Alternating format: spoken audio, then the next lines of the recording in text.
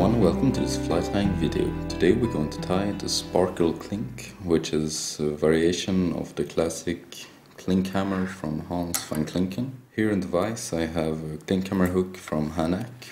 This is the H390BL in size 14. The thread I'm using is the Nanosilk from Semperfli 80 in Beige. What we have to do here is to start the thread right behind the eye. Just catch it and then go back a few millimeters and then back up halfway. And here we're going to tie in the post, and for this I'm using some fluorescent white Antron yarn. So here I've taken just a little bit and I'm going to tie this in with a little bit facing forward and then a few quite hard turns and take these going backward. And then to help with the taper of the fly we're going to cut these off at an angle or tapering down. So then when we'll take down the thread, there won't be any bump right here, it will just be like a smooth taper. Then on our way down I'm going to tie in the tinsel or the rib, and this is some small pearl tinsel, and this is going to segment the fly. So we're going to tie this in on our way down, and here I will take this down quite a long bit down the bend, set this aside for now, and we're going to tie the body. For this I'm using some natural brown opossum, and here I'm just going to dub this the usual way and do a quite long and thin dubbing noodle, build up this body, and what we want to do is to have it taper from the back to the front, just slightly increasing as we go. And here we want to stop this body just a few turns before the post, and then taking the tinsel we're going to rib the fly, and here with open spiral turns just bring this up, and this is going to segment the fly just a little, so secure the dubbing just a little bit. And then once we reach the thread, tie it off, cut off the excess.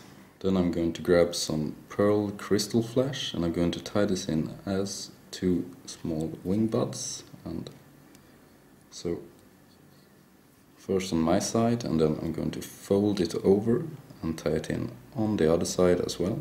And these two are just going to help the fly float a little bit and also act as an attractor. Then we can cut these off to be in line with the back of the hook. Now we can start tying the post, and the first thing to do is to do a few turns in front.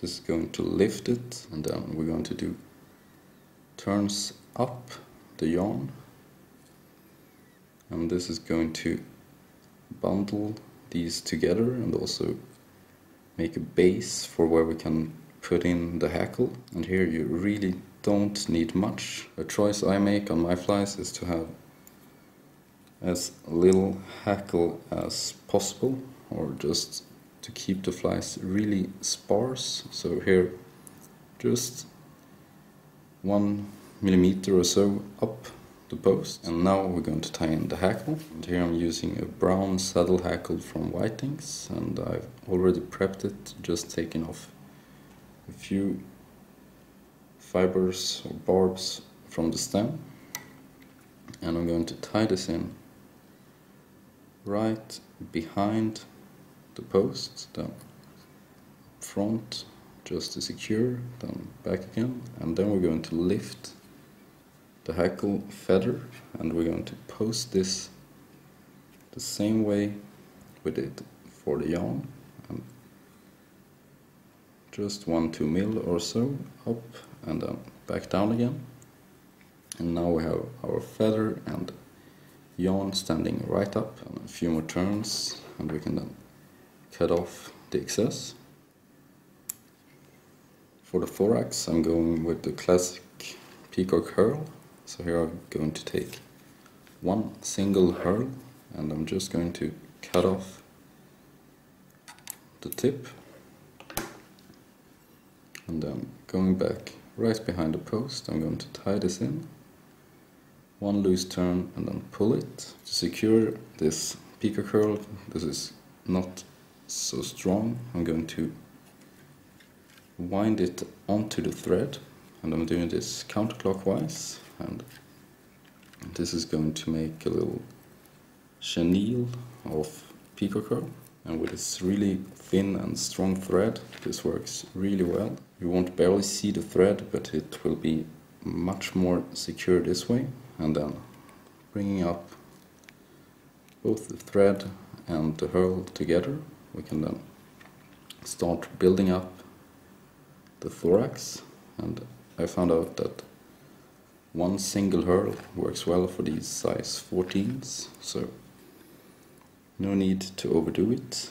And then once you have enough, just unwind the Herl, then a turn to secure, cut off the excess.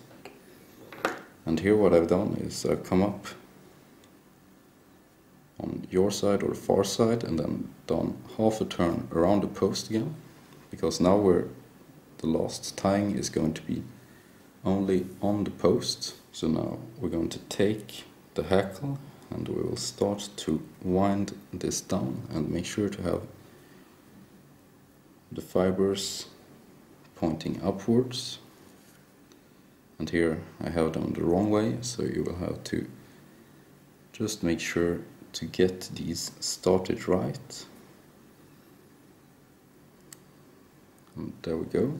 So now here what I will do is to do one turn under the previous one. Here I think I have enough, so I'm just going to do 1.5 turn, bring down the feather 90 degrees or right down, and then coming with your thread you can then catch the feather and tie it down, and this is going to hold quite well.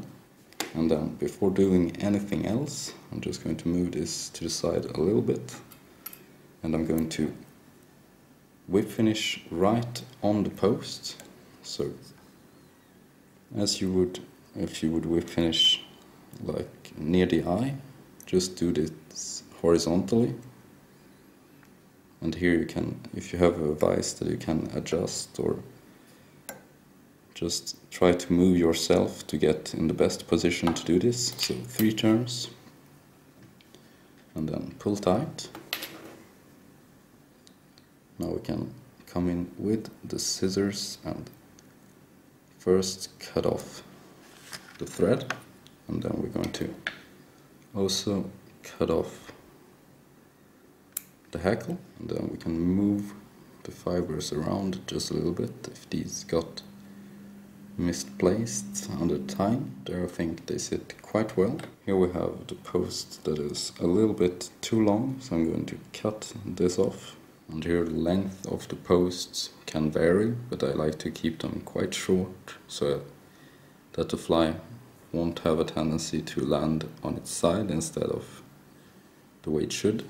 And then to secure this just a little bit more, I'm going to put a tiny drop of glue right to the base of the post, and this is going to secure both the post, a little bit of the Herl, and also the hackle. So here this fly is intended to ride in the surface film, so with the post and the hackle above, and also these two little wingbuds or whatever these may represent, and then we have the whole body sitting underneath the water.